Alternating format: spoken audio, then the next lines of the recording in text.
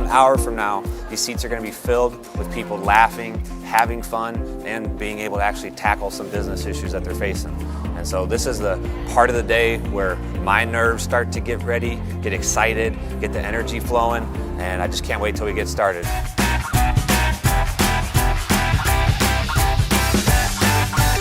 This isn't your typical generational keynote because the first thing we're going to do is get rid of the 4-generational model. I like to think of them as really old people who don't think that they're old people, whiny people who can't decide if they're old or young people, and then tiny little baby people.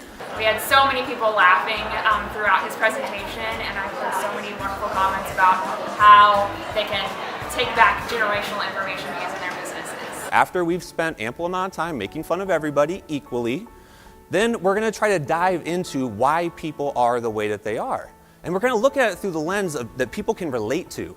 Fashion, music, pop culture, so that they don't have to go out and get a PhD in psychology to understand all these 4 different generations.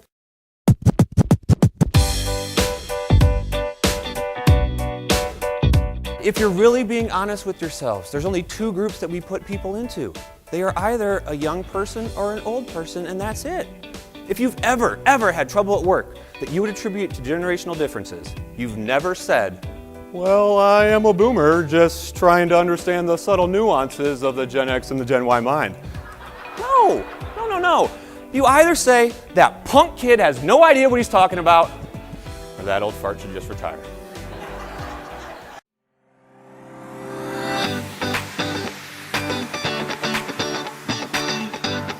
We are going to have a ton of fun today. We are going to talk about leadership. Woo! Yeah! But what's interesting is when you look at leadership today, you can put everything that you've heard so far into 3 categories or groups of leadership assessments. They are all designed to help you understand you.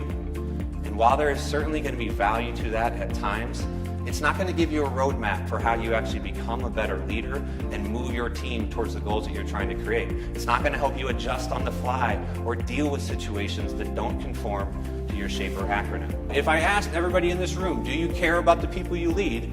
I would expect that I would see most hands, right?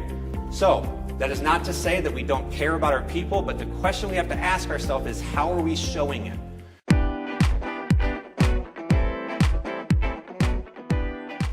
Maybe you're one of those people that thinks that you're a natural-born leader. Nobody is a natural-born leader.